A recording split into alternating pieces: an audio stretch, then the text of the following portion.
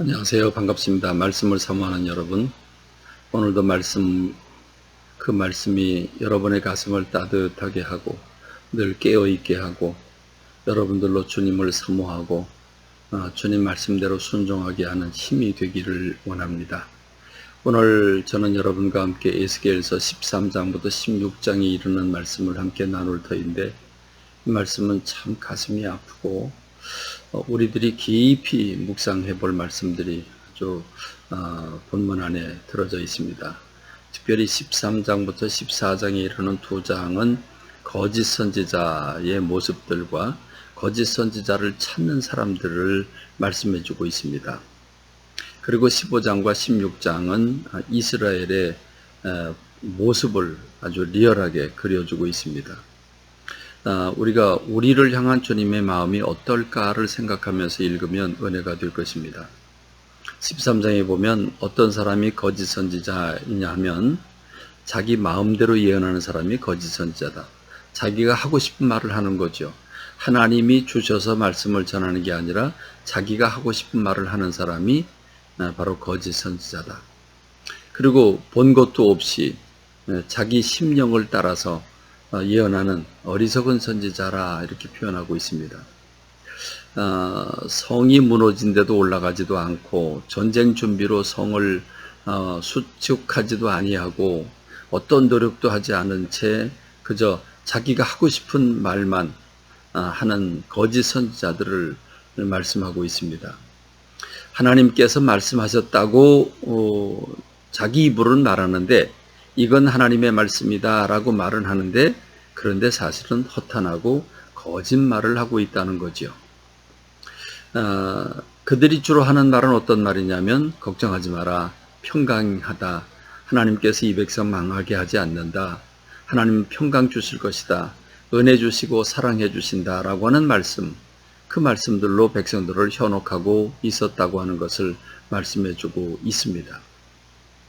그들은 물질 때문에 그 물질을 얻으려고 거짓 선지자 역할을 하고 있다고 주님이 지적하고 있습니다. 그리고 그들을 찾는 사람 누구냐? 물질을 가져다 주면서 그들을 찾는 사람들은 누구냐? 역시 자기 마음에 우상을 드린 사람들이라고 말합니다. 자기를 사랑하고 신비주의에 빠지고 내가 물질과 복을 받아야 된다고 생각하는 사람들, 지금 평강을 소원하는 사람들, 죄악의 걸림돌을 자기 앞에 두고서 선지자를 찾아오는 사람들을 말합니다. 그래서 거짓 위로를 받으려고 하는 사람들이라고 말씀하고 있는데, 이 14장 10절의 말씀을 보면 선지자의 죄악이나 선지자를 찾아오는 사람의 죄악이나 동일하다라고 말씀하고 있습니다.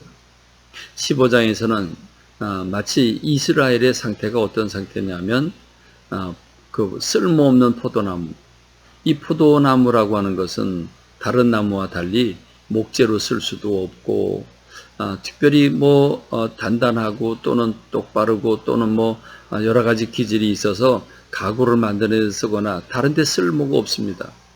그러니까 포도나무가 열매를 많이 맺어야지 좋은 포도나무인데 열매를 맺지 못하면 땔감밖에 될 게 없다는 겁니다. 그렇게 쓸모없는 게 이스라엘이다 라고 주님은 말씀하고 계시는 거죠. 16장에서는 리얼하게 이스라엘의 모습을 표현해 주는데, 이스라엘이 원래 어떤 모습이었나? 버려진 피투성이, 누가 아기를 낳고 버린 겁니다. 피투성이가 돼서 울고 있는 그 아이를 그걸 주워다가 하나님이 입히고 먹이고 키우고 그래서 아름다운 여인이 됐습니다. 그래서 많은 사람들에게 사랑받는 사람이 됐습니다. 하나님이 아름다운 옷을 입히고 정말 이쁘게 잘 키웠는데 그가 커가지고 창기보다 더 음행을 하고 있는 겁니다. 창녀보다 더 음란한 삶을 하고 있는 겁니다. 그 음행하는 이스라엘에 대해서 심판하시는데 너희들의 죄가 소돔과 고모라의 죄보다 더 크다라고 말씀하고 계십니다. 제가 에스겔서를 잠깐 좀 읽어드릴게요. 에스겔서 16장 49절의 말씀을 보면 48절부터 51절의 말씀을 보면 이렇습니다.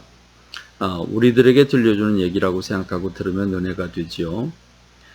주 여호와의 말씀이니라. 내가 나의 삶을 두고 맹세하노니 네 아우 소돔 곧 그와 그의 딸들은 너와 네 딸들의 행위와 같이 행하지 아니하였느냐? 아니하였느니라. 소돔과 고모라의 딸들이 더 낫다는 거죠. 네 아우의 소돔의 죄악은 이러하니 그와 그의 딸들에게 교만함과 음식물의 풍족함과 태평함이 있음이며 또 그가 가난하고 궁핍한 자를 도와주지 아니하며 거만하여 가증한 일을 내 앞에서 행하였습니다. 그러므로 내가 보고 곧 그들을 없이 하였느니라. 여러분, 소돔과 고모라가 왜 불타는 줄 압니까? 지금 여기 죄악이 열거되고 있죠. 그들에게 교만함이 있었다는 겁니다. 음식물이 풍족했다는 겁니다. 그리고 그들에게 태평함이 있었다고 말합니다. 그럼에도 불구하고 가난한 사람들을 돌보지 않았다, 선교하고 구제하지 않았다라고 말하고 있는 겁니다. 자기 배만 부리고 먹고 마시고 즐거워하는 쾌락 위주로 살았다는 것을 말씀하고 있죠. 그래서 내가 그들을 없이 했다고 말합니다. 자, 이게 소돔과 고모라의 죄악인데 이스라엘은 어떻습니까? 사마리아는 네 죄의 절반도 범하지 아니하였느니라. 네가 그들보다 가증한 일을 심히 행하였으므로 내 모든 가증한 행위로 내 형과 아우를 의롭게 하였느니라 그랬습니다.